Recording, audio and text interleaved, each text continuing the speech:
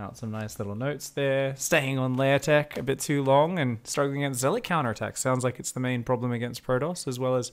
Actually, there was another good point you had there. You said, you know, sometimes you're not sure of how hard you can push your droning. So that also causes you some issues. Mm-hmm. Okay. So I guess the main goals would be understand scouting, come up with a plan to tech up to Hive or to kill our opponent on lair tech. And that should be... and also, yeah, better Overlord coverage on the map as well, I guess, to stop Zealot run-bys and whenever there is a prism. Yeah, I guess a big part of stopping Zealots run-by is just looking at them coming. Yeah, well, it's also once your opponent's just in that pattern, like if you know there's a warp prism and it's on like a little edge and you can't really get to it, it's going to come in eventually. So we better have a little squad of units just waiting, just ready, just in case. A lot of Zergs feel panicked about not having those units with their army, but always worth it. Always worth it. So hop into chat channel Pig and Piggy on EU. Looks like I'm... You are in EU? Okay. Yeah, I imagine your replays and everything would be over here, right? Mm-hmm. Cool.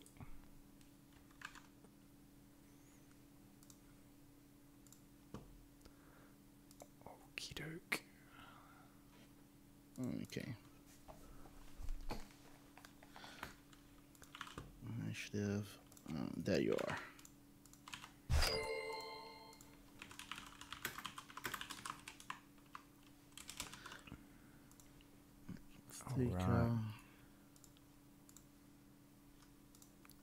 Alright, yeah, host up a replay. Once we're in there, make me the lobby host, then we can go through and start mapping out a plan. So it's always deep defensive Roach into Hydra Bane, pretty much every ZvP, yeah? Yeah, I get the Roaches only to deal with the Archons, because I've not found another way to deal with them, so that's it.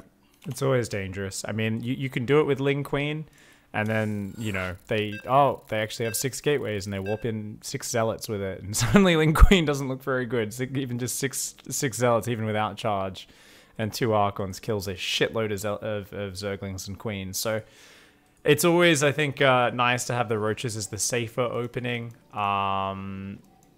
I definitely think we do want to have 2 different branches to our play, versus Stargate and versus not Stargate, and that's great that you have that. Now, let's just kind of go through this step by step, because I love this write-up you've given me, by the way. Let me... So this is a very small map, by the way. So this is a map where you're very likely to get pylon blocked. So most of the maps are very big at the moment. This map, however, quite small, to the point where if they go across on time, they can block a 16 hatch, I believe. Our opponent was a little bit slow there. Let's go back and check. This is for my own interest more than helping you. Yeah. I was like looking at this yesterday. It's useful anyway. Yeah. You can see his pylons going down when he's at 200 minerals. So his pylon's about like 9 seconds late, something like that. Otherwise, he'd be at your natural at about 46 seconds, something like that. And if we look at when your 16 hatch goes down, yeah, it's about 49, 50 seconds. Just a heads up on this map, if people start doing that properly and always blocking you, if you want to get hatch first down, you have to go 15 hatch. Otherwise, you have to just go for the 3rd base or go gas pool. Or, yeah, I usually, when I get blocked, I usually just go for the 3rd one. It doesn't bother me so much. Cool. So in terms of your build order, the things that are kind of occurring to me is like, hey, what could be an issue here? So you said, okay, if it's a Stargate Roaches. So what I'm paying attention to now is, well, how do we scout? Do you sacrifice your first Overlord like I do, like straight away? Do you just dive into the main? I usually dive into the main. Unfortunately, I don't know if this is the game that I do that or not, because I'm really inconsistent with the game, since I don't play that much, and... let's just say that's my ideal build order. What I want to go for is it's not that I'm going for that every time. Okay. Why don't we just make it as a note then? Always queue that Overlord to immediately go to enemy natural, straight into enemy main, and then back to natural. Basically, you just queue it to like do a route of their base. So like the moment that overlord at the very start of the game, when you select that overlord and send it across the map, you're like, move there, move there, move there. Just and that way, even if we forget, we'll go look at it later. We'll go, oh cool, yeah, there's a Stargate, or you know, or whatnot. So that way, it just kind of gives us that consistency. Roach Warren, cool. Okay, so we should be going for a Roach Warren if Stargate. Now, what timing is that Roach Warren? You said like if it's not Stargate, we go Roach Warren. But is there a specific drone count? Is it immediately after we start the lair at 3:30? How do you? Usually at 3:30. Okay. Evolution complete. Okay, so let's take a look. So our lair should be starting right now. We've got a third queen. We're really focusing on our drones, which is really good. That's very nice. But we should be going lair. Okay, and then Roach Warren. Let's take a look. And this is totally fine. The level you are on ladder, you're very rarely going to get punished for having a Roach Warren and a lair this late. Almost never. So I think it's more important for you to focus on your droning than it is on getting these things down at the fastest possible timing. So I'm actually thinking what you're doing here is good until you start facing people doing really fast adept pressures or really fast this or that, okay?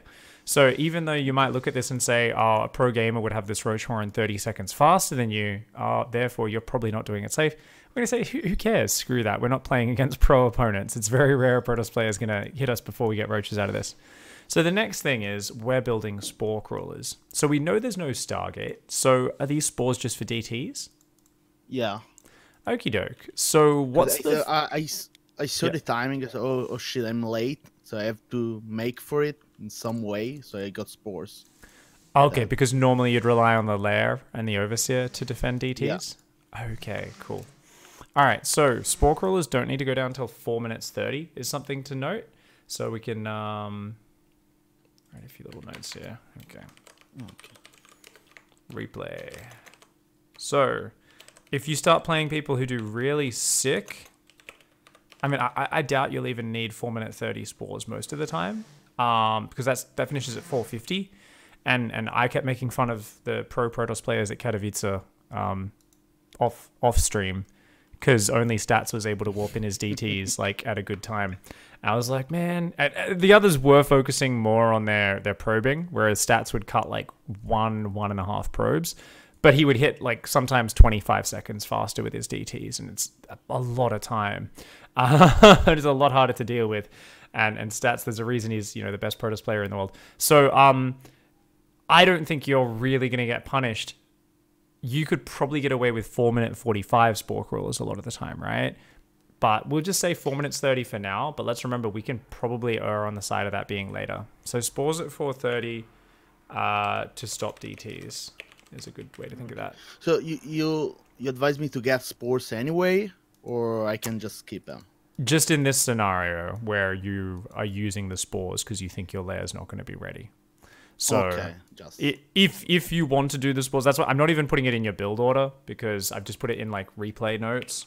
So just in future, if you are relying on spores, maybe you've forgotten your lair completely, or you're doing a different build order down the line where you have a late lair, then spores at 4:30, because these spores are down at just after 4 minutes, and that's just way too fast.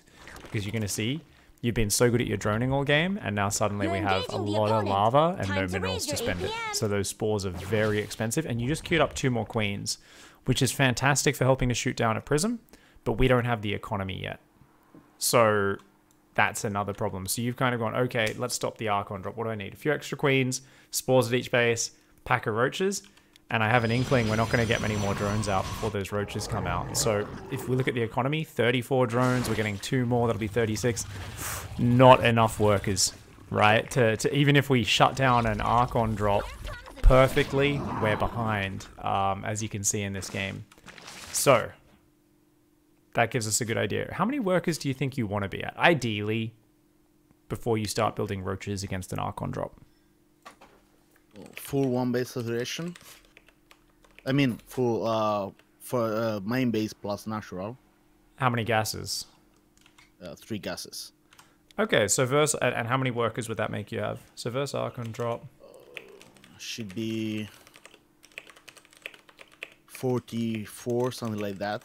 43. about like 41, 42, something like 41 technically. If it's 16 on both mineral lines, that's 32 workers plus 9 for 3 gas geysers. And that's the lower end. So somewhere between 40 to 45 workers. And the idea then is, right, basically how many dudes are we going to build? How many roaches? From 8 to 12. Usually what it goes for. So we get a 4th and 5th queen and 8 to 12 roaches. Awesome. Now that 4th and 5th queen is actually lower priority than the roaches, right? It's nice to have the queens, but it's more important to have the drones. So something like, for instance, the way I would do it, to give some perspective, is I would probably press my drones, build all my roaches, build 8, 10 roaches, and then I might start building a queen from my natural, a queen from my 3rd. Only like at the time the Archon drop's kind of getting towards my base, right? But I'll pull those injecting queens and use them as my defense queens straight away, and I'll let the new ones that pop out become the injecting queens. Just because queens are so expensive. Each one is 3 drones worth. So if I can delay those 2 queens, that's 6 more drones I have. And then maybe I miss 1 inject, but I've still got the queens there to help shoot down the prison with the roaches, and it's just like a little adjustment. So depending on how you want to do it, the idea here is just that the queens are a little bit lower priority than the roaches. And drones are obviously still very high priority. So I've written down this little kind of list here in your document, just so that we've got a bit more of a clear kind of set of definements around Archon drop specifically. This isn't even an Archon drop we're playing, but it's the same thing, right? Any Twilight Robo opening. In this case, it's a charge lot drop, I believe. Except he didn't build a warp prism, so it's just a...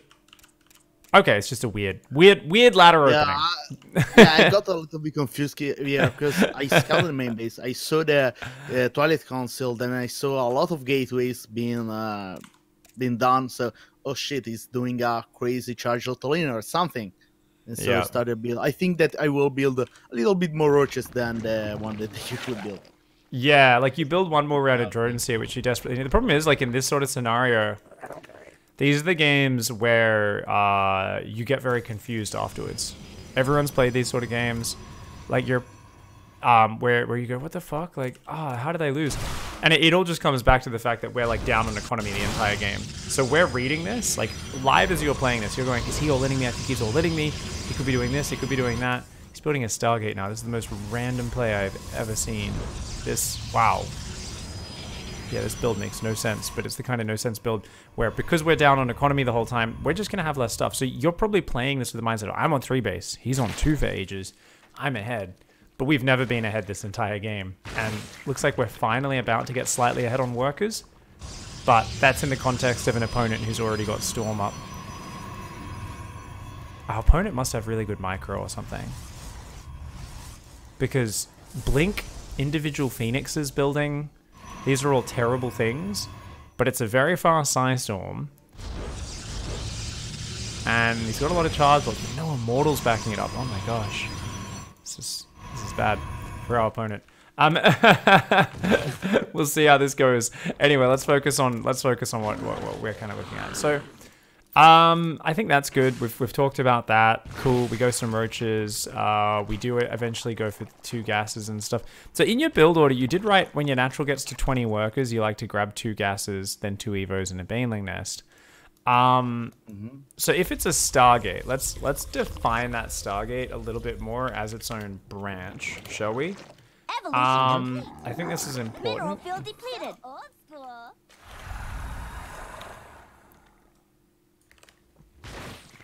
That field's been mined out.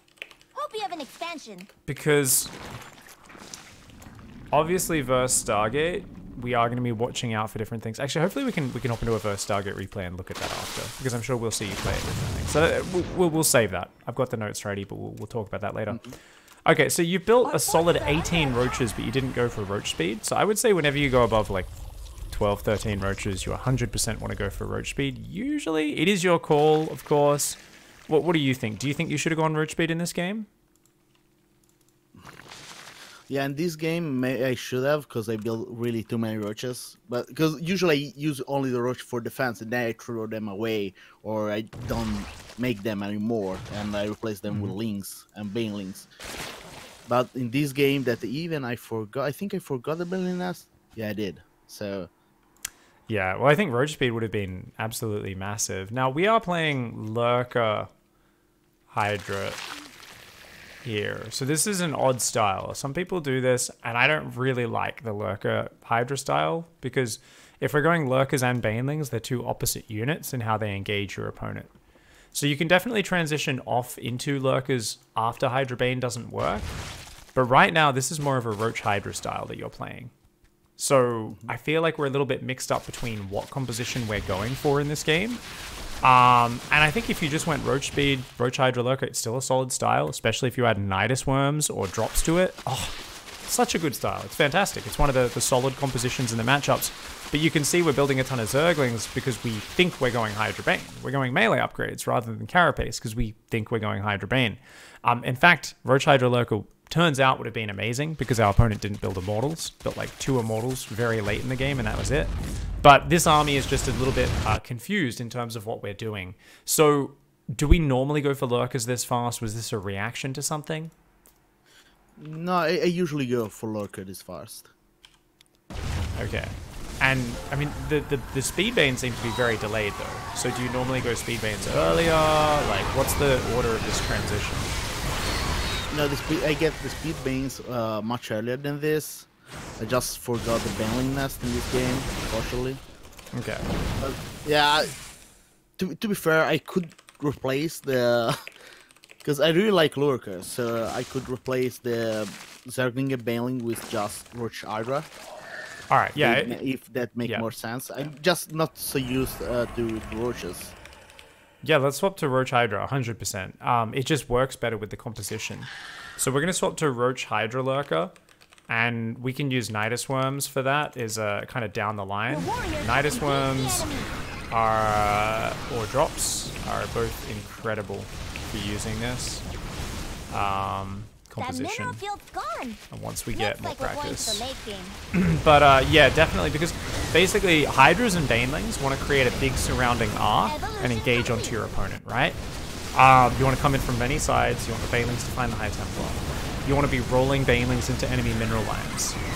You want to be coming from many different angles and trying to find the weak points in your opponent. You want to be using your mobility in this big swarming style.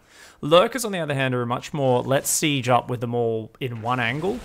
Hopefully we can hold an area and the opponent has to attack through a choke point between it. If we get sieged up on a base, they have to attack into us. That's awesome. And you can kind of do that with a Hydra concave and like only run the Banelings in once they attack into your concave of Hydras and that sort of thing. But it's usually very hard to micro both your Banelings and your Lurkers together efficiently, and it's not something we see too often. It's also something where Lurkers are crazy expensive on gas, and so are Banelings. So if you end up with lots of Banelings and lots of Lurkers and double upgrades, you could see we're very starved on gas at many points in this game. So it's very hard to make this composition line up economically. So that's really important. If we can go to Roach Hydra Lurker, Roaches are pretty cheap on the gas count. Yes, they're not very good versus Immortals, but they're great versus everything else. And I think that'll work out really nicely for you. And honestly, dude, Nidus Worms are disgusting. Did you watch any WESG yesterday? Or earlier today at your time? If you want to see some disgusting games, like just go watch Lambo versus Strogo. Lambo's just like Nidus. Already in IAM, Lambo did that crazy match against Nebo with just... Oh yeah, Katowice, yeah. That was Port Alexander, right? Yeah, that one. Yeah. He did more of that. He did some of the fastest possible cheesy ones. That's how he closed out the series against Strogo. But yeah, just generally, it was good to see that. Scarlet, of course, has done some disgusting games with it as well. But we just know in general, this has been a style that's been around for a year and a half or more, right? Like, it's been around for a long time. Where it was drops is what we were doing before. Is like you drop a few Roaches here, a few Hydras here, you drop some Lurkers, or you do a Roach Hydra run by. Do you know? Have you ever heard me talk about the Distraction Squad? Yeah. So it's the idea of having a problem on the map of Roaches and Hydras, enough to cause your opponent to go, ah, fuck. And they can't just deal with it with one warp in, right? That's the idea. Is like they warp in 8 Zealots, it's not going to deal with it. So like 12 or 13 Roaches and Hydras going to take care of 8 Zealots super easy. So that's always out there, because the problem with lurkers is you need to be able to move across the map and siege them up. So on the most basic level, we want to just use the distraction squad. When we're getting used to lurkers, obviously you're already using it, but when we're getting used to being like really focused on tight layer tech lurker timings, that's going to be huge. Because like this game, this is your problem, right? Where you're still on layer at 14 minutes. Your opponent has very slowly had the chance. Don't leave the replay. Has had the chance to add Storm, Colossi, Immortals, Archons, everything. And we're on this mixed layer tech composition. When we could have hit, maybe, let's say 9 minutes. Let's say we hit 9 minutes with 8 lurkers. Let's look at what our opponent has. If we ran forward with a pack of Roaches, Hydras, and Lurkers, like, his army is pretty terrible at this point. He's got a shitload of Storm and not a lot of anything else. So, the distraction squad in this replay, can make sure you're on everyone's camera. We would have the distraction squad, say, hidden down here. And when we get to the point where we want to start pushing out, or if we see our opponent pushing the map, they will come in. And we'll go bam, and we'll come in from this angle. And all they'll do is force his entire army to this side of the map. And they'll just run away and disengage. If we lose them, it's not the end of the world. They are Roaches and Hydras. They're pretty cheap. But at the exact same time, we thrust down the opposite side of the map. Now, on this map, that would probably be straight through the middle. But on some maps, it would be further towards the north, right? And then that would allow us to get in position, siege up all our shit in between the natural and third. And he has to fight into it. And I can tell you what, that army does not clear a big 8 Lurker Mass Roach Hydra push unless he gets the Storms of a lifetime. And since you're going to pre-spread, you're going to be absolutely fine. So the idea here is also, what if he pushes you? A lot of people get out their first big wave of Lurkers. They want to push, they want to fight, they want to fuck up the opponent.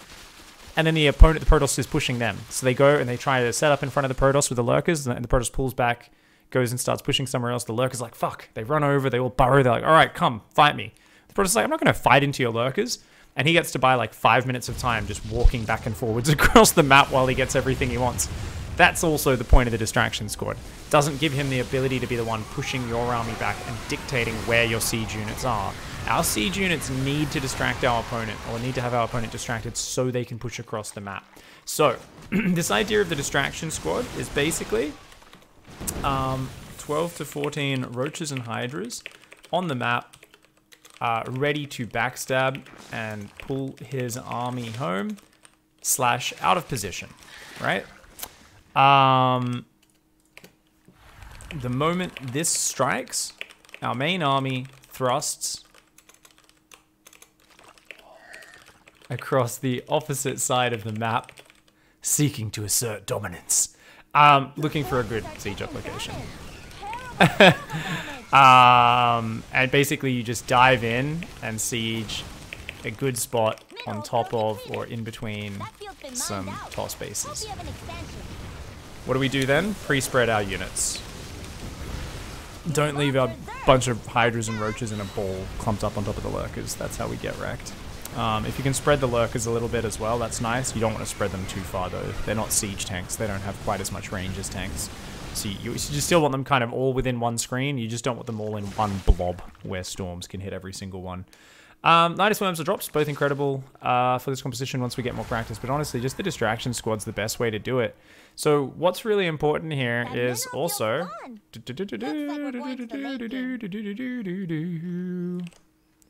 Okay. What are some other notes? Okay, so at this point I replaced the melee upgrade with Carface, I guess. Let's go single upgrade. Let's hit even faster with those Lurkers. Or single upgrade, yeah. Yeah, because it's not... The Immortals are the big guys that clear the Roaches. And the thing is, Zealots definitely aren't bad, but Lurkers are very good versus Zealots as well. And it doesn't help versus Storm or Immortals, right? And it doesn't help a lot versus Archons. So we're basically going to swap to single upgrades. We only need the range attack upgrade. And this is important because we're going to focus more on this lair tech, okay? And definitely you could, over time, develop a way of getting up 85 drones and going for Hive, getting adaptive talons, taking into Broodlords, etc. All this cool shit, right? I think for now, it's more important to just get really tight on what we're doing. And what's the best way to benchmark and improve at these sort of things? It's to hit an attack timing and then look at what timing we hit with it, look at how good our opening was, and work on that game after game. It gives us a really tight plan. Okay, I'm hitting a big Roach Hydra Lurker timing. We're going to have the distraction squad set up over there. We're going to run forward, siege up our Lurkers, be reinforcing, yada yada, see what we can do. So that's going to be awesome. So we only need the ranged attack upgrade. We want to benchmark our attack. For now, I'm just going to make some shit up, okay? But I want you to benchmark against yourself. Let's say 9 minutes, 10 lurkers, 160 supply, Roach, Hydra, Lurker push, 70 drones. So just gases on the 4th base, by the way, with a Lurker style. Your creep tumor's under attack. Is normally what we focus on. They're attacking a creep tumor. So much for your creep Ooh, tumor. we got a raid. Ah, TNT, what's up? Thanks, Lucas. Much love, mate. I think he was doing some casting, right? Yeah, there were a clan war between us and the Beastie Boys. Oh, nice. I don't know how it ended, but by the timing, it didn't go so well. Okay, yeah. I'm like, that's finishing early. Well, it was 4-3 we lost, apparently. Close. Oh, that's not too bad. Was there any strategy updates, Triple Helix? Was it like, I just remember that one time, the one guy like killed our entire clan. I can't remember his name. I'm trying to remember his name, but it was just like this like different variations of this like brutal Hellbat Cyclone pushes every game. And he had it was like the old Cyclone, the A-move Cyclone, and he ruined our whole clan with it that one time. And then we all like, all right, let's learn how to defend Hellbats and Cyclones. Tony Montana, that's his name. Thank you, Bullia. Bullia remembers. Cool. Oh, So I do remember him. yeah. It's been a nightmare. Exactly, the fear. We all feel the fear when we see the name Tony Montana. I'll make you... Oh, you are still the leader. Awesome. Yeah, see if you can grab a Stargate game. Just so we could look at the build up against that as well. Apparently I played against him in TVT on the NA ladder. Oh, so that was the same. Yeah, I thought I saw his name recently, Bullia. Yeah. I was thinking that it was someone with a different name because I thought Tony Montana was EU based, but did we beat Parting and Killian? Well, much like WWE Bentley, the result is a little bit foregone in that matchup. Yeah. Parting and Top are infinitely better than me and Winter, man. The MMR advantage of that team is solid 1500 over us. It's yeah, it's a fun match, but not the most even match. It's a little bit like being in a wrestling match. You're like, hey, I'm doing well, and then the other guy just picks up the chair and just clubs you over the head with it. You're like, okay, he could have done that. Since I'm a smart man, I did not label my replays, so I have no idea which one is Airtos or which one. No is worries. I mean, I think you did. Okay, so I guess let's just review that last one real quickly. The main problem early on was we stopped droning for a bit, right? So we went for the extra queens too early and straight into roaches because we were a little bit afraid. And the spores were too early, so we didn't get enough drones, right? That was the big thing early on that hurt us. And then because our mid-game plan... Yep. I just get one queen per base until I get roaches out, and then I put another queen out. Yeah, whereas if you're playing against Stargate, you're not building the roaches, so you can afford the 4th and 5th queen a lot earlier, and that's going to help you against Oracle and stuff, yeah.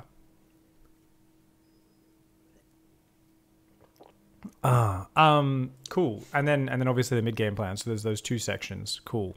Okay. Should we... Yeah, just grab a random replay. I'll see if we can find an opponent. So if there are any Protoss players who are Diamond 2, 3900 MMR range, roughly, on EU, let us know, guys, in chat. Hop on a chat channel pig on EU. And for now, yeah, just host up one more replay. We'll take a look at it, and we'll just quickly see what we can see while potential opponents hop in. Just put this one. Let's go.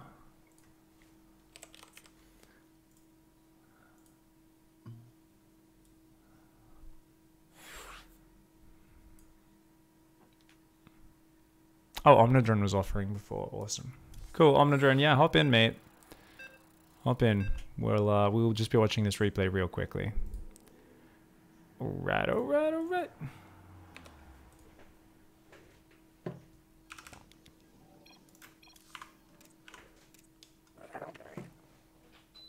I have no idea what happened in this game. Ah, no worries. We will find out. We will find out. Alright. Alright. Standard hatch gas pool opening. Overlord checking for cannons. Checking for pylons on top of our ramp. Someone got cannon rushed earlier this day. That Overlord was checking everywhere. Yeah. Very, very careful. I got a couple of cannon rushes. Yeah. I can tell. Be careful. So here, remember what I said about the Overlord? So that first Overlord would have already automatically scouted, right? And that would have taken out the guessing. Why'd we build a Baneling nest? Because that's what I usually go for if I do not see if I see Stargate. Oh no! I remember this game because of the wall of the Protoss. This game is gonna end badly. Oh, okay. So this was I'm gonna bane bust you because you went for the shield battery in the wall. Okay. Yeah. Baneling nest positioning. Not the best. Definitely should have that in the back corner of the main, that's for sure. Right at the top of the main is always the best position because yeah, adepts can get in there. Okay, let's take a look. So we're going for a reactive one. We've got 2 spores down super early. Okay. We're trying to go for the Bane Bust right up front the natural. Oh my god, the Oracle's still going across the map. He's not walling off. Okay, he was walled off. Okay, he hasn't walled off the bottom bit. He's walling off the top bit. Ooh, we hesitated on our Lings for a second. Luckily, we do get in. Oh no, our Lings got surrounded. Oh, bad Ling micro in the main. You don't want to ever go into that mineral line because it gives them the chance to surround you. You're lucky in that you did still kill a lot of guys. But yeah, because it's very easy for people to mineral walk if you stay there. Even though technically they could mineral walk to the other base, most players won't do that. So you never want to go into a mineral line. It's very easy for them to surround your Zerglings. You just want to attack it from the side of the mineral line so your Lings all stay together. And they don't get surrounded. Because there's always going to be a lot more probes than you have Zerglings. The only time you go into a mineral line is if you have like 20 Zerglings. So we did some good damage there. We're still building Zerglings though. Oh, and they're not rallied across the map. Oh no, you still haven't changed your rally point. Oh no, you don't all in a lot, do you, Grabbin? No, at all. Yeah, I never all in. Yeah, you got to work on it if you want to try these reactive ones. We should have that rally point across the map. So, for instance, like if I'm doing this sort of all in, I don't hotkey my eggs anymore. I just have the rally point to the wall because I'm probably going to be controlling Lings in the main that are still in the control group, right?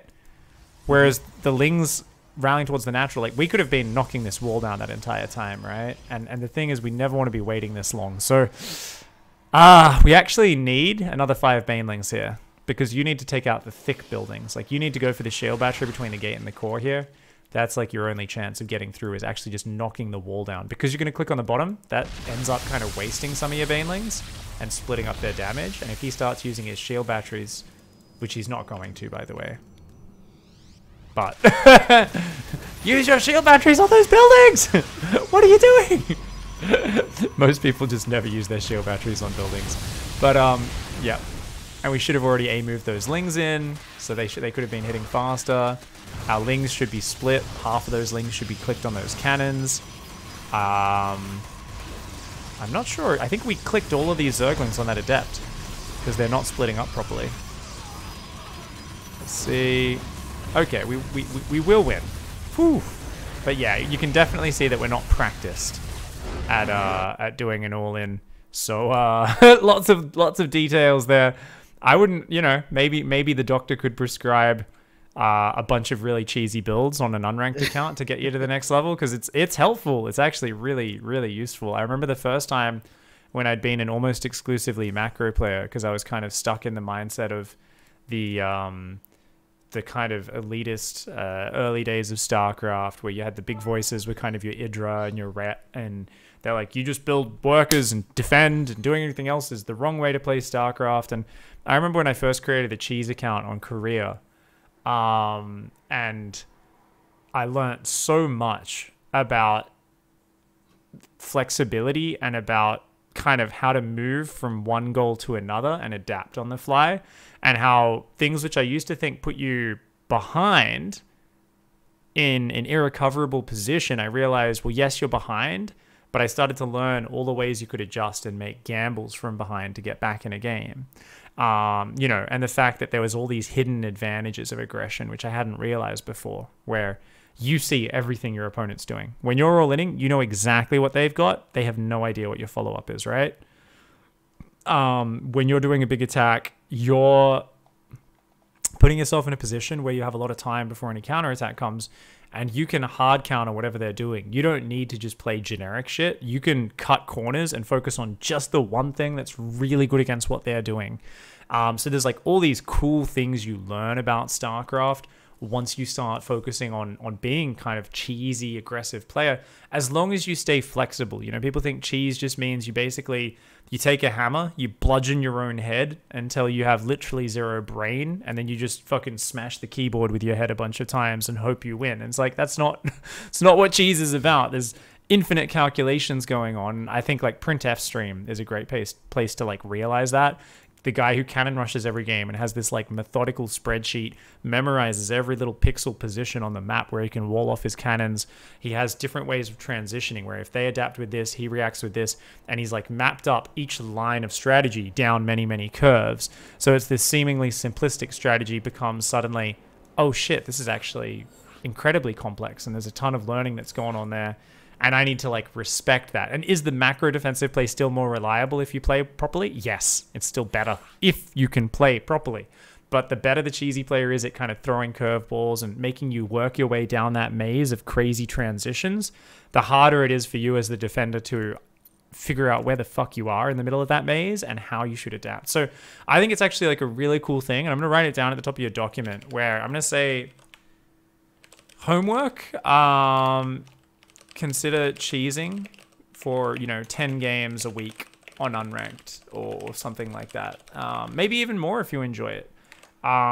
Basically, it teaches you to not care about losing, how to transition and adapt to another wave of bullshit. Use your information to hard counter what they're doing. Cut corners.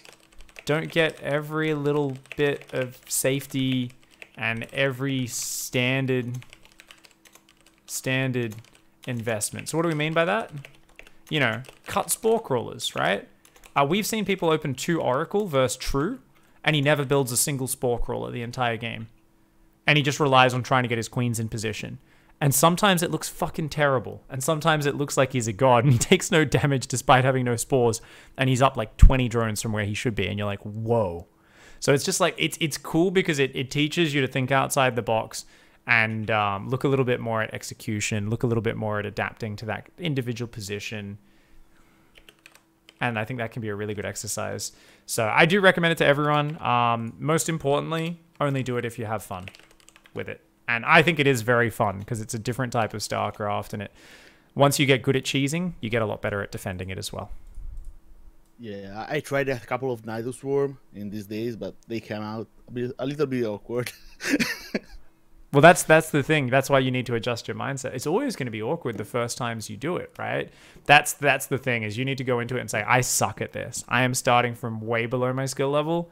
I'm going to be shit at it, and I'm going to lose a lot of games, but I don't care. And the same thing, when you lose a macro game and you go, oh, I built 7 workers too many. I should have stopped at 50 workers to stop the 2-base timing. You can apply the same sort of learning to aggressive builds. You're just not as used to looking at it. So it teaches you a different way of looking at your replays, looking at how you should have adjusted and adapted. And I have the same thing where when I haven't been cheesing for a while, I can lose games. I go, this is bullshit, this is bullshit, this is bullshit. And then I start looking at it, and one thing it teaches me is watch replays through my opponent's eyes. Did they realize I was doing this? They saw it at this point. I realized they saw it, and then they responded with this. Once you understand their response, you realize, okay, if it gets spotted, I can do this other thing instead, which is really good against the standard response. So you can start to really map it out. It's a much trickier way of playing StarCraft, but it actually engages you with the strategy on a much deeper level. Check replays for opponent for if they scout you. and what their response is. Plan a transition if scouted. Awesome. Anyways, for now, let's just focus on the regular game plan. So Omnidron's a pretty good level. Sorry, one second. I gotta turn that app off. Every morning, my phone keeps telling me to do shit. It's the exact same time every morning. I'm gonna go into the settings on this app. I'm gonna do that during the early game of this game. It's my little app that reminds me to do shit. And I'm like, Rrr. I would never allow an app that do that in my phone. Oh, I know. I normally, yeah. When, I know. It just starts talking at me. I'm like, shut up. Shut up, phone. Anyways, Roach, Hydra, Lurker. Remember to get the distraction squad up in the mid game. I'm not sure what style Omnidron's gonna play. He's back. Yeah, there we go. If he goes target, I still go for Lurkers because that's kind of dumb. What? Because of Phoenix lifts? Or Yeah. what?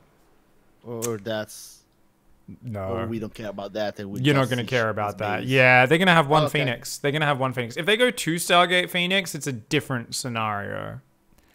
If they go 2 Stargate Phoenix, yeah, Lurkers are probably pretty stupid. But if you're going 1 Stargate, if they're just going a normal Stargate, then it doesn't matter at all. Even with 2 Stargate Phoenix, I reckon a lot of players would probably be too shitty with their micro to pull it off properly. But let's not rely on that. So yeah, just play standard Lurker style. Get your as soon as you get to a comfortable point where you're at 3 base saturation or so, you've got some Roaches and Hydras coming out. Split off that different control group, that distraction squad. Go hide them somewhere over near your opponent's 5th base or something. And then just prepare, make your round of Lurkers. Remember, we're only going single upgrade, okay? Just range attacks. Okay, And hopefully I can remember everything. you're not going to, but we're going to just Yeah, do it as best that's we for can, sure. and we'll get better each game. As always, gradual improvement. We're not going to just jump in the air and slam dunk all these adjustments at once. But yeah, should be pretty good, man. Let's just get in our groove. I'm going to let you just kind of focus. I will maybe poke my head in. Oh, don't forget this. Otherwise, I'll just let you do your thing, man. Get in your groove. Let's smash Omnidron. Good luck. Have fun. Thanks, mate. Let's leave some Protoss corpses on the battlefield. Good luck. Hey, I'm Michael Matthew Mitchell. Thank you so much for the Twitch Prime sub. Sorry, wrong camera. And wrong scene. So let's see. First Overlord. Yes, he queued it. I was about to remind him. Nice. I've played against so many 12 pools, says an unnamed hero. Before I didn't realize what you can do after killing the hatch. Just killing a few drones, messing up totally, etc. Now I have a favorite follow-up for every one of those situations and a few other ones as well. Exactly. Great story there as someone who, saw it as a simplistic situation and then actually kind of came up with a bunch of different plans and figured it all out. It's awesome.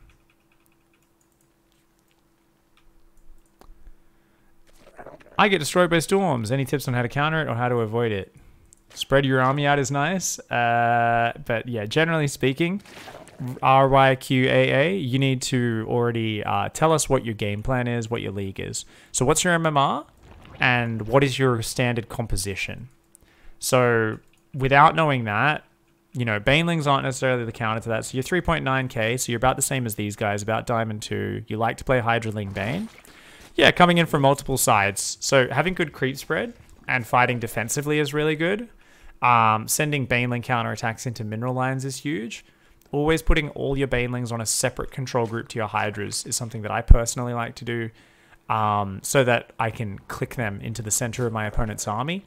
But you got to come in kind of small packs from multiple sides. You don't want to have them all clumped up. You do not want to have them all clumped up at all. As for, there's always, with any style, just, these are both solid compositions. Neither of these hard counters the other. Storm, Charge, Archon, Immortal, solid comp. Hydra Bane, solid comp. Doesn't mean just because you flank your opponent a little bit means you should win, right? There's a good chance you're not getting your economy up enough. Protoss is just ahead of you. You're letting him take a 4th base for free. Shouldn't let that happen. If you struggle with those mid-game fights, or you feel, you might be going to Broodlords is the correct answer for you. Off Hydra Bane, getting broodlords out and then hitting with your first 6, 7, 8 broodlords with a few queens underneath for transfuse as well as your Hydra Brain. Fantastic way of playing. But there's infinite stuff there. So a lot of people always say, oh, I struggle against storms or I struggle against tanks. And usually the thing is there's 1,000 improvements you can make to not be in such a shitty position when the storms get you or the tanks get you. That's StarCraft, right? We can always improve 1,000 different things. So what you want to focus on if you're really lost for improvement is go post a replay on the All Things Zerg, the All Things Protoss, or the All Things Terran subreddits. A little bit of self-analysis, you'll get tons of advice, and you'll start to realize how terrible your play is. All of our play is terrible, putting that in perspective, but it kind of opens up your eyes to just how much shit you can improve on as a player, which is absolutely fucking massive. It's huge. So Stalker starts shooting the Overlord. I believe he's looked at the Stargate. He has now. I'm going to remind him to build a few Overlords. Let's build a few extra Overlords. You're doing really good.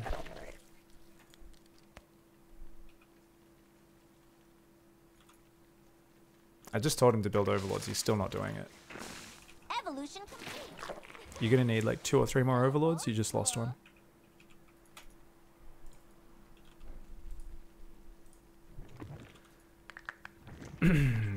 Yeah, if you want free coaching, go to Reddit All Things Zerg, Reddit All Things Terran, Reddit All Things Protoss 81.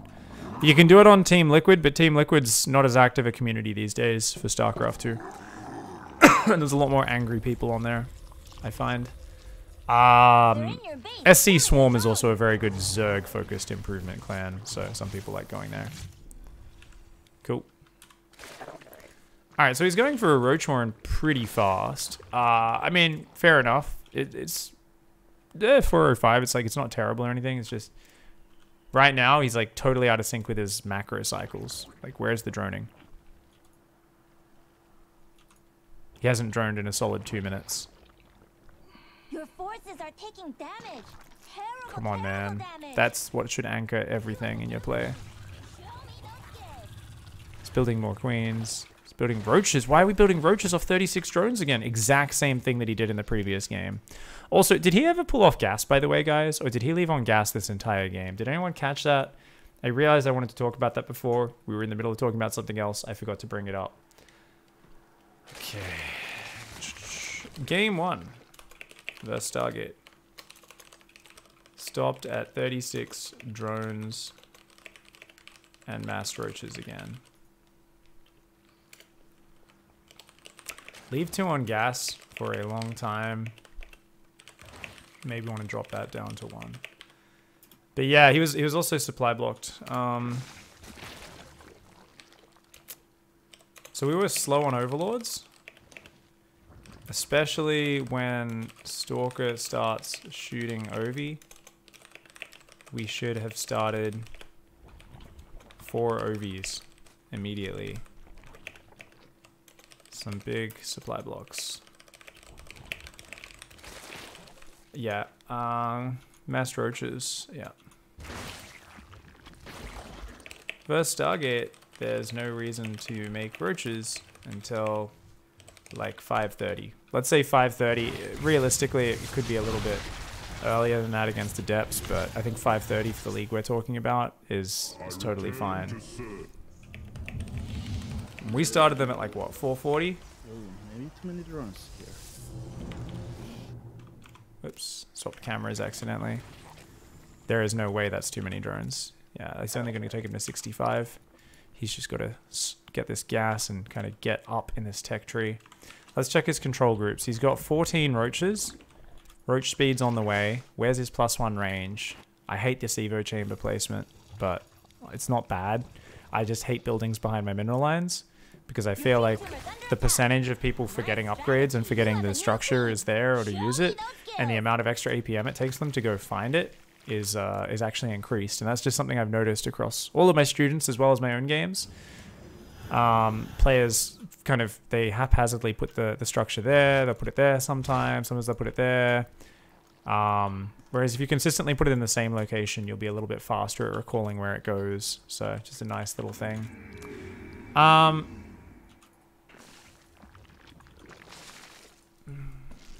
Shouldn't you limit the Protoss on the amount of High Templar they get and not wait for them to build up storms? You'll lose if they get that Death Ball. You can't limit your opponent's High Templar, C. Bentley. And High Templar on their own aren't the army.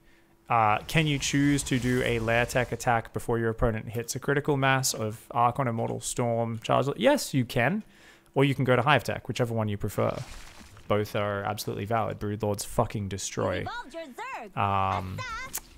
Protoss ground armies. But like this strategy in this game we're working on, Roach, Hydra, Lurker, and we're looking to do a push before they get to a certain point. So he didn't see this coming, which is really bad, and has no Ravagers. He pulled back a little bit, so it's like not an awful engagement, it's just not a great engagement. This is the sort of fight where you want to desperately pull back as much as possible. Like, we should not have been standing and fighting there. We should have been back, back, back, back, back. And if we had a bunch of Ravagers morph, that would have been the easiest hold of our life.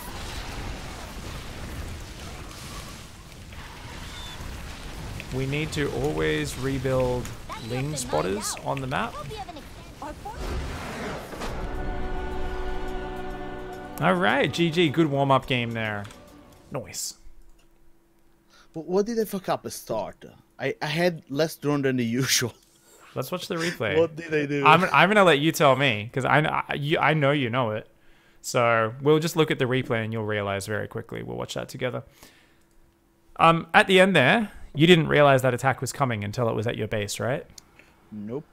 So you always need to rebuild Ling spotters on the map. A lot of people, when they play Roach Hydra, they think I'm not using Zerglings in my army, therefore I can't use Zerglings. Still, just build 4 Zerglings just so we've got spotters on the map. We need Ling spotters. We need to see them coming. Okay? If we saw that attack, Omnidrone, come on. Omnidrone, please hop in so we can get into the replay.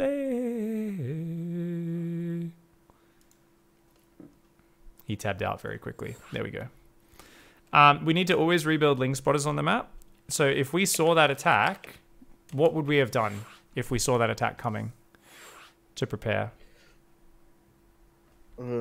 First thing, I think, other than just build a lot more stuff, more Ravagers to deal with the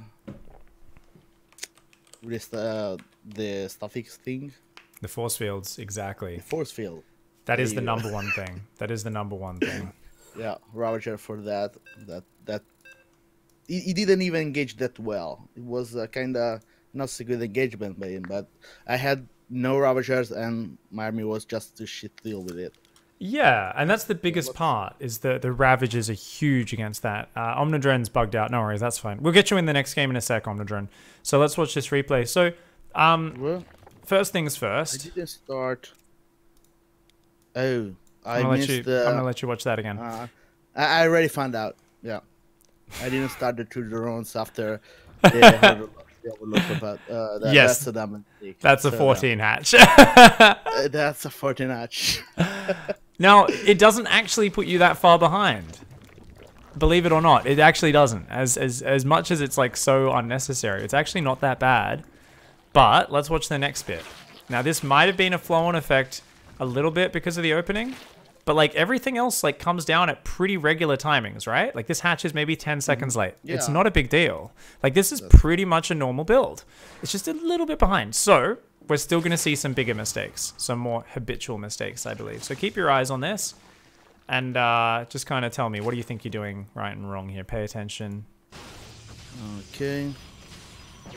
Our Overlord's been getting hit for 30 seconds. No Overlord starting. And even if it wasn't getting hit, we would still need an Overlord. Yeah. Yeah. So, absolutely. We should have already been building extra Overlords, right? This 36 Overlord, we almost always like spend that one's lava very quickly after it pops.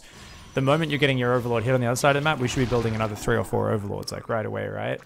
I don't know if you heard me. I unmuted and was like, build Overlords. But then you took another 15 seconds to start building Overlords, and I was like, oh no. Yeah, because I usually play with music, so I hear nothing. Ah, no worries. Because I quickly tapped out. I stopped the music, and then I realized that you were telling me that. No worries. Okay. So, you also built your Roach Warren pretty early, right? It's pretty fast Roach Warren. So do you think so? I usually get 330. Does it need to go that fast? Look at your own build order. You wrote your own build order up. Look at your own write-up of your build.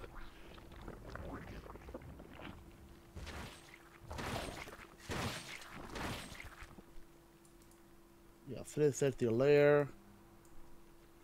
And Roach. I usually drop down a Roach Warren with a layer. So If no, that's only if there's no Stargate. Ooh. You wrote it in your own build order. That's your own build order. You're right. Because So, I thought, because we practiced it and we were talking about the replay before, so you were kind of in that mental space of the Archon drop or the charge lot sort of build that we were facing in the previous replay. So we kind of forgot that. So just, I think the important thing here is just to remember, well, what is the Roach Warren timing if it's a Stargate? Do we have a timing? Do you just kind of throw it down for safety around 5 minutes? When do we do it? Okay, let me think. So the Oracle with it, I think 430. 1 minute more. I can wait, I guess. Okay, let's say 440. Let's say 440 or 445, 440, somewhere around there. So I'm going to write that down because remember, I've said earlier, I want to talk about your Stargate branch of your build, but we didn't have a replay to do that yet, right? So now I'm writing it down. 4 minute 45, Roach Warren. Okay, so what are we doing other than that? Up to that point, we can go drone harder, faster, 4th and 5th queen. And what time do we get Spore Crawlers versus Stargate first? Let's see. If the Stargate is not proxied, 330, 340. Alright, so we're going to go 340 Spore Crawlers. And then there's like little things like if we see a Phoenix building first, we can delay those to maybe 4 minutes, right? We can do cool adjustments like that to get a little bit more mining time, a bit more drones up. But the most important thing here is, right, we're getting spores. We're going to drone a little bit more than normal because we're not going for roaches as fast. We're skipping the Roach Warren as well, which means we are getting a faster 4th and 5th queen. None of that uses gas. So those 2 gases that normally come down after your lair and your Roach Warren, they should still come down after your lair and your Roach Warren. So why don't we go 4 minute 45, lair, Roach Warren, and 2 more gases. Now that might be a little bit alien to you, but that basically is we're doing more of like a rule of 1 gas, right? Kind of like a ZvT sort of build order. Yeah, it's kind of simple to remember. If I see Stargate, I just delay everything by 1 minute, basically. Yeah, it's just get the queens out, hold down the drone key, and that way, and then we delay all of that a minute. And I think that's really good, right? Because why do I always say Stargate's not that good unless you're a pro gamer for Brutus? It's because you can't punish a Zerg who's been too greedy. Not very well, right? If they've just got a queen and a spore in each base, like, unless you're really good with your Oracle control, you're not going to find a lot of damage. And luckily for these players, Oracle works out okay for people who aren't, I'm talking top GM. I'm thinking like low GM players often don't get value out of their Oracle opening. But like if you're not top GM, often these players aren't doing that much damage. Luckily for them, the Zergs aren't pushing their work account enough. But if we do it this way, we say, wait a second, I don't need any ground defense till later. What are we worried about? It's an adept timing, which will hit us at like 5:30 at the earliest. Guess what? No one's going to do that to you. If you start facing faster timings, we can be a little bit safer. Until it happens to us on the ladder, we're going to toe the line of greed, okay? We're going to push our greed. Archon drop. That's usually going to hit us maybe 5:45, 6 minutes, something like that, right? I think Omnidron did a pretty tight build. I think he gets in our base about 6 minutes. Let's take a look in this replay. Yeah, like 6:10 almost is when his Archons come in, right? So the little bit of weird symmetry I noticed was just like in the previous replay we watched. Remember you stopped at 36 drones when we would have rather to be at 41, 44 drones before we built roaches? This same replay, it was 36 drones when we built roaches again. So that's a pattern. Whenever I see a pattern, even if these games were definitely not your normal openings, it's just something I've got my eye on to say, ooh, even if we're against ground play, let's just make sure we are droning a little bit harder. But I think now we've used this game to flesh out our Stargate branch a little bit more, which is fantastic.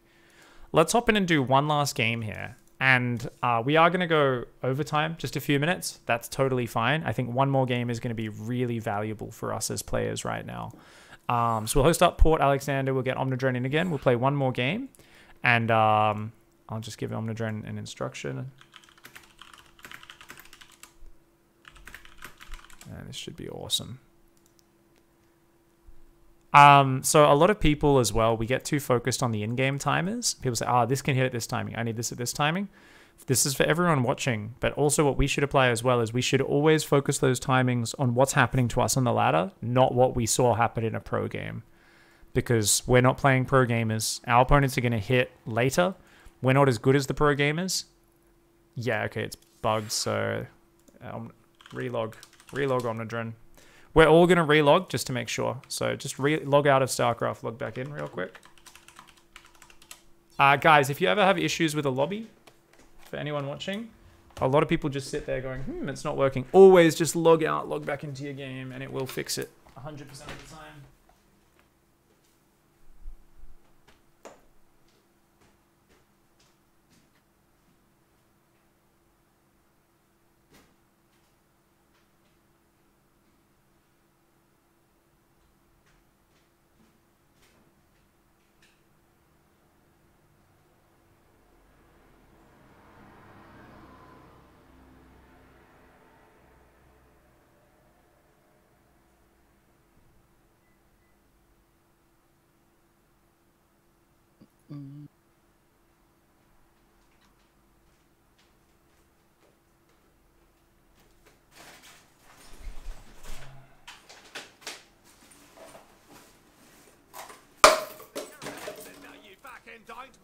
He claws and kicks, but gets his head slammed into the highway. Thankfully, koalas are already fucking brain damaged, so this isn't even a problem. Yeah, no.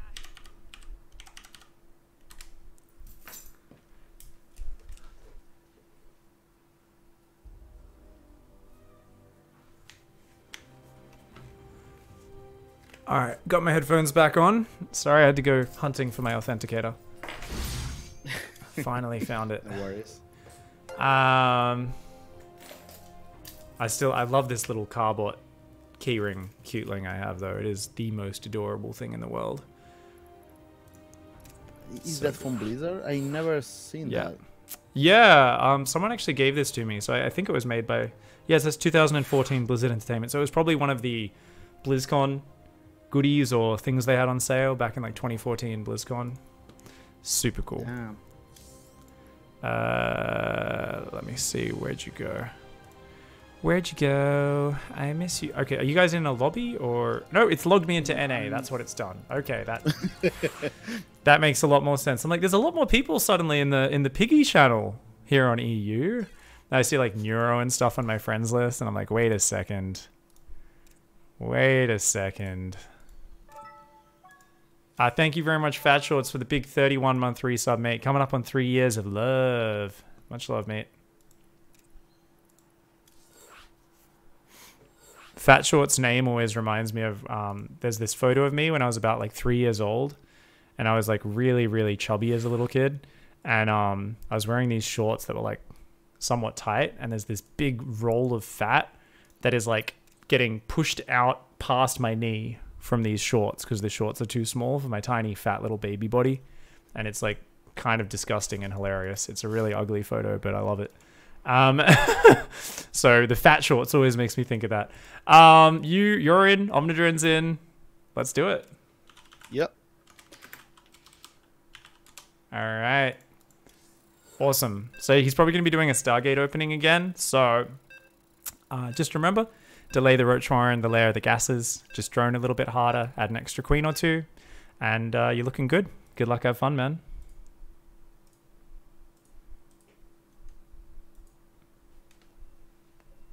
My mom said she gave me a lot of like soy milk as a little kid, and she blamed that's for why I was so fat.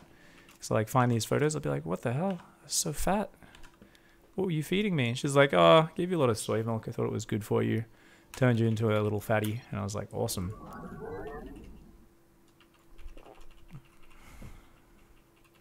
The fat shorts.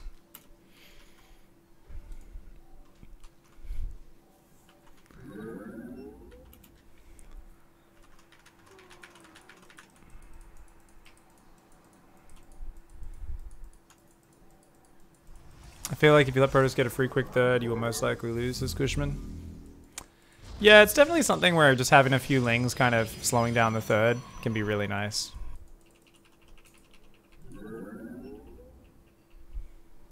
Soy milk's so good. It is very nice. Did my mum give me the sandwich? No, my mum is the opposite of a stoner. Fat shorts. Your son's an absolute unit off only breast milk, Donkey Storm. Nice. Nice. My little nephew was like pretty small for a while. I think he was like struggling to like eat enough and stuff. And like because he lives over in England, in London. And like whenever I see photos of him now, he's like, it's like fucking each cheek looks like, he's just like so chubby. Little kids are so funny, man. They get so fat so quick.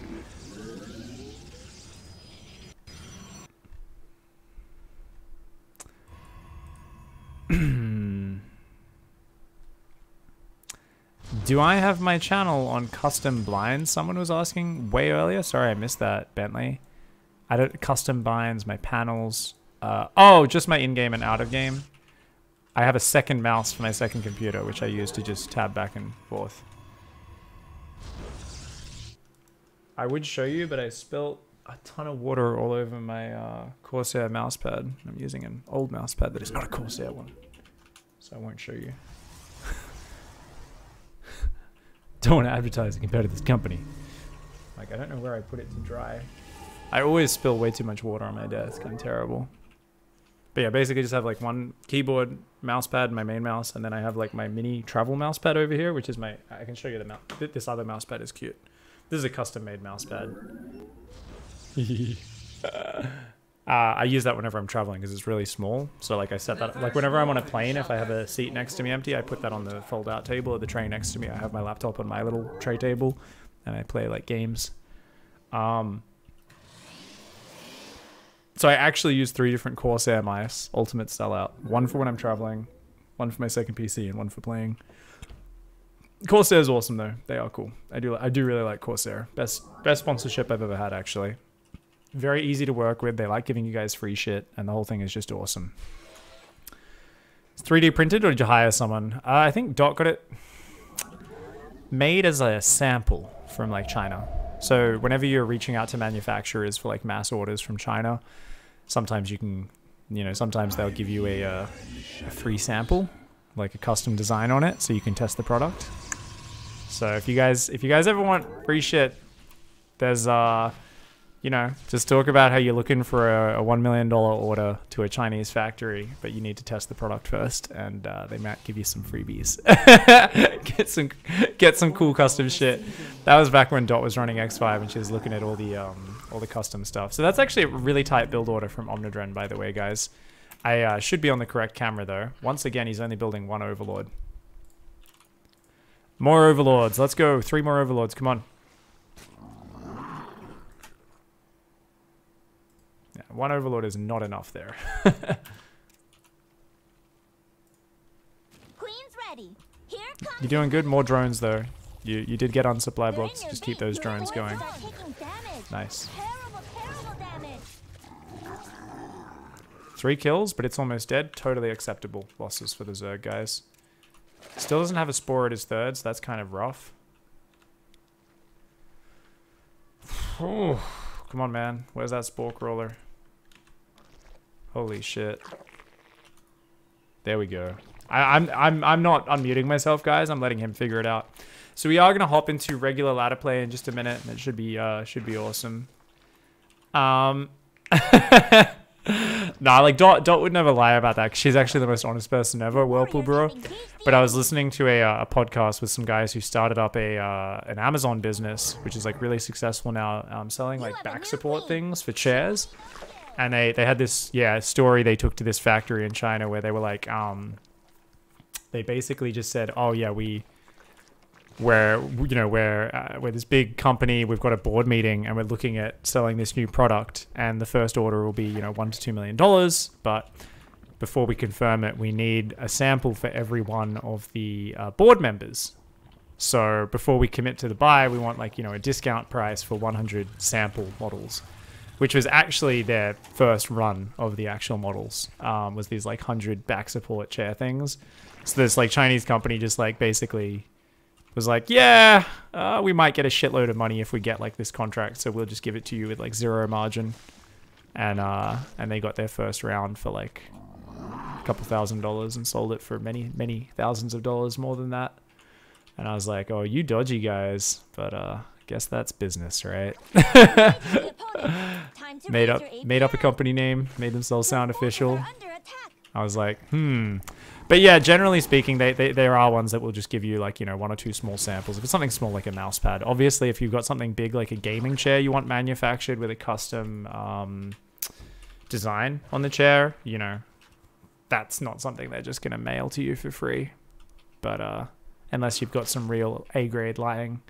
But there is some cool stories of all that sort of stuff. So I think he's going for a 4th base already. Now, it's not important to defend a 4th right now, right? It's much more important to get this gas, to go up to Hydras, etc., etc., etc.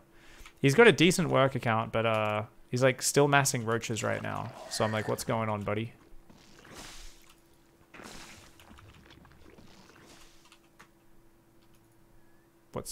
What's going on? Yeah. Overlord coverage isn't great. Should have Overlord there and whatnot, but so he's going Hydra Tech.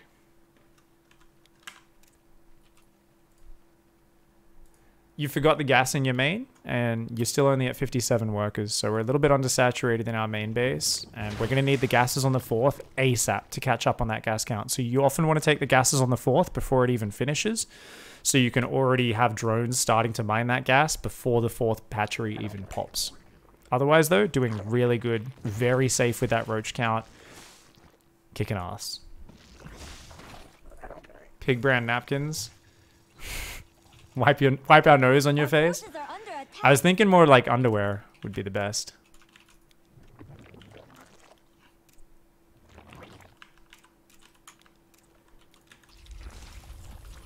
Alright, remember to move those Zergling scouts around. We lost one on the south. We don't know if there's an attack coming. And build extra overlords to make sure we're safe. Build a few extra Zerglings if you need them as well.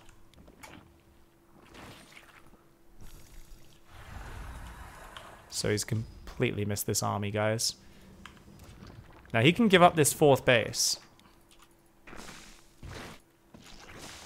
Your forces are under attack. Your creep tumor's under attack. Nice strategy. You can give up that 4th, just pull back. That mineral field's gone. Looks like we're going to go to mutation. There's a reason I said pull back. He needed to get up the ramp, make force fields. Oh god. Ah! When I say pull back, we get the fuck out of there. Shit. You're still in this. You're still in this. Just pull back, make more Hydras, get behind your hatcheries. When I said pull back, you should have pulled way back the first time, but you've got a ton of units coming out. You can still win. You hold this army, you win the game.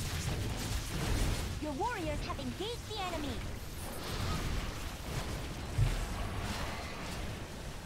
See, now we see a good fight. Now we see a good fight. Top side, he's losing, but he will hold and win this fight. Now he should have pulled drones in here at some point as well, probably. Like these units need to get behind. He needs to pull drones in front of them, right? Like he just has to accept 20 drone losses, because once you lose your critical mass of firepower, you lose the game. So there should have been a drone pull in there. If you lose 20 drones, but you've got 12 Hydras behind, you crush it. You go across. Predators can't get a 4th. You rebuild 30 drones, take a 4th base. You're back in the game. But he just kind of messed it up because he didn't have the map vision. Almost. Yep.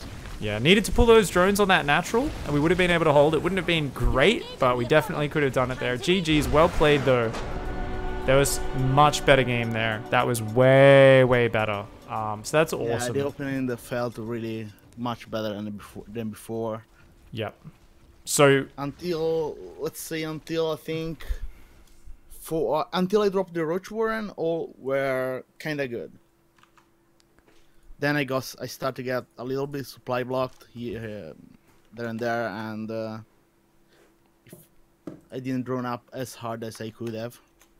Yeah, we definitely built like 20 plus roaches off 57, 58 drones rather than saturating a little bit earlier. And we'd seen a 3rd base, so we didn't need to be that careful. You know, there's little other things we can work into your play as well. Is like, you know, basically in the mid game, once you get more comfortable with all these things you're doing, right now you're learning new things, you're timing things out, you're busy. But we should have more lings on the map. We should have more overseers or an overseer just going through and just double checking, you know, what they're doing. And once in a while, I'll just send a Zergling into their 3rd base. Why? Because that's where their army's sitting, right?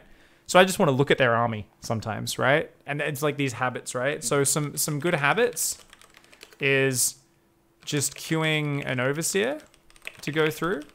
And what's the next one?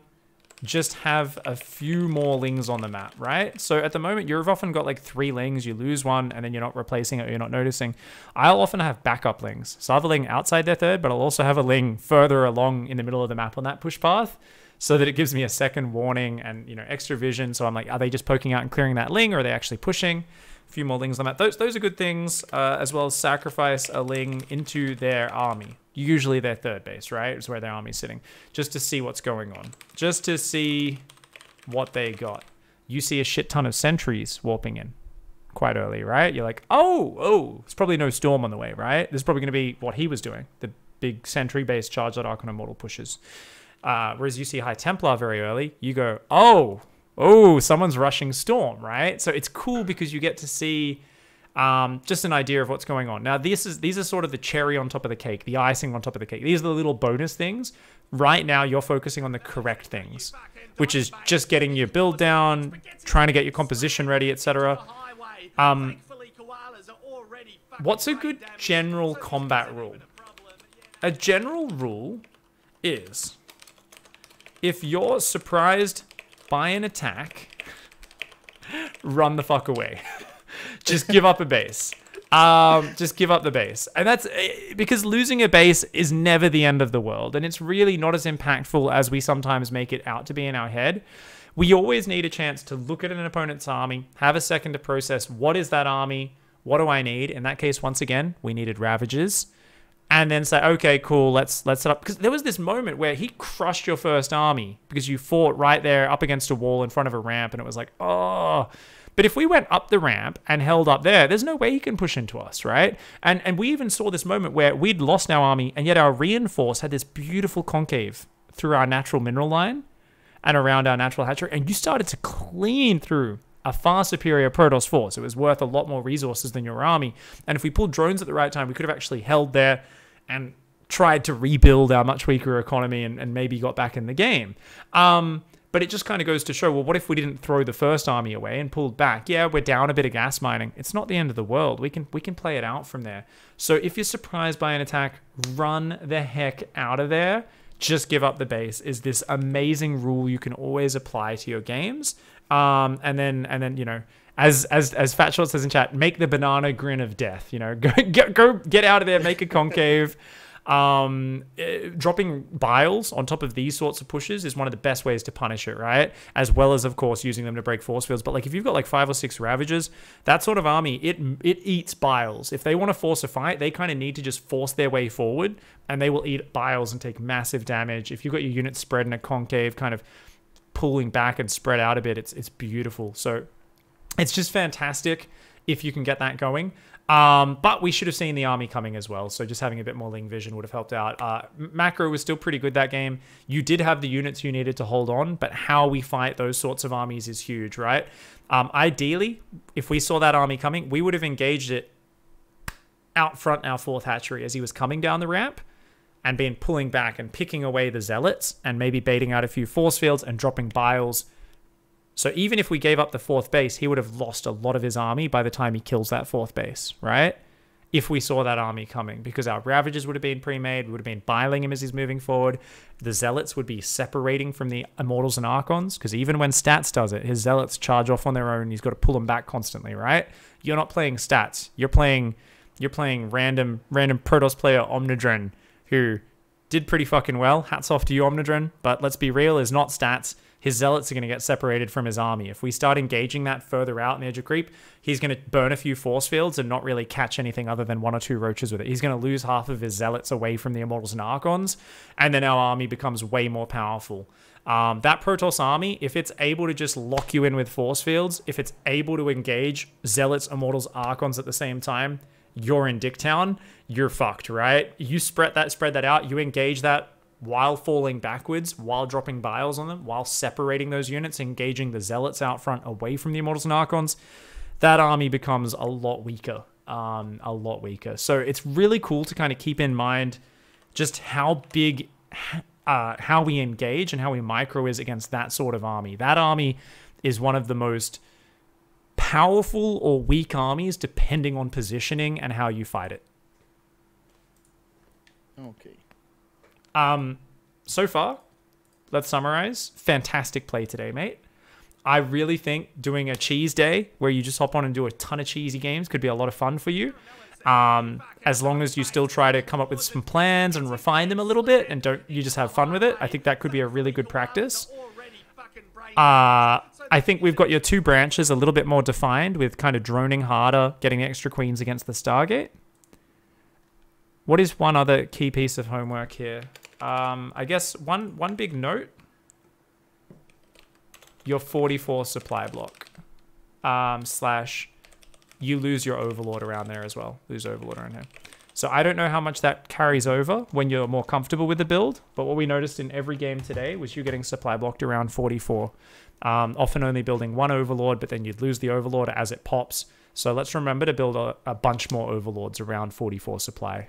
And that should be a nice little note that I think gives you a big boost to your early build up. Okay. Awesome, man. All right, hit up that practice. I hope you do get a lot of games in. I know we don't all get as many in as we would like, but yeah, hopefully you can have a bit more confidence there in your ZvP. And we didn't get a chance to get to the point where you were doing the Roach Hydra Lurker push, but remember, distraction squad on one side, set that up at the latest when your Lurkers are morphing, preferably earlier. Like, ideally, you would have already had a pack of Roaches on the map in that game, and you see him moving out, and you run in and attack his natural and pull his whole army home, and then run away with those Roaches. Right? And that just... Yeah. That distraction squad will make Lurkers amazing. You're going to be killing Protoss on lair tech. We can work on more late game transitions far down the track. For now, lair tech, Lurker, decisive timing attack, dead Protoss, QQ, tears, wine, blue blood everywhere. Let's fucking do it. Nice. Thanks for your time, man. And next time, hopefully there will be a much better game to show.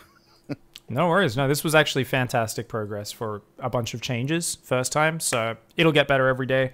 Good luck, man. Save some replays, save any questions, anything that confuses you, write it down, and we can look at it next time. Okay, thanks, man. Have a good night, man. Catch you later.